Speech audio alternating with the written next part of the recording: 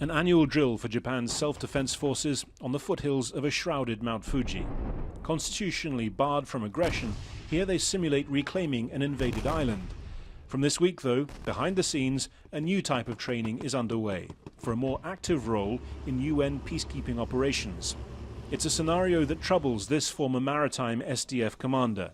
He says troops are entering into a legal and constitutional grey zone that could lead to dangerous hesitancy in battle.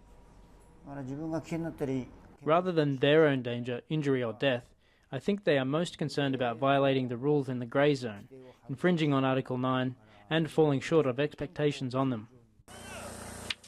The pacifist Article 9 of the Constitution means that Japanese peacekeepers are deployed to non-combat areas as engineers, logistics specialists. But under the government's controversial reinterpretation of that article, their role will also now include rushing to the protection of others under attack. The UN peacekeeping operation was most remote from Japan's self-defense forces. But clearly, UN peacekeeping forces is a very important responsibility for Japan to participate in. For government supporters, it's about Japan doing its bit for global security as a normalized member of the international community.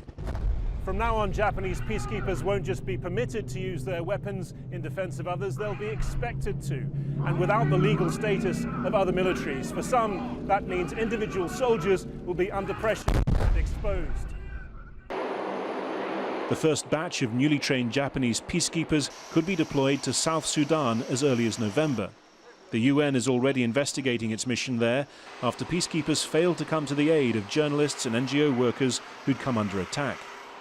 For one former Japanese UN envoy, even a failure in the cause of peacekeeping could work in the favor of a government that wants to amend the constitution in the face of public opposition.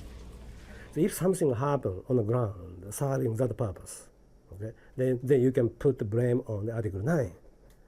This is the best opportunity and very much convincing to change Japanese people's way of thinking, who love Article 9.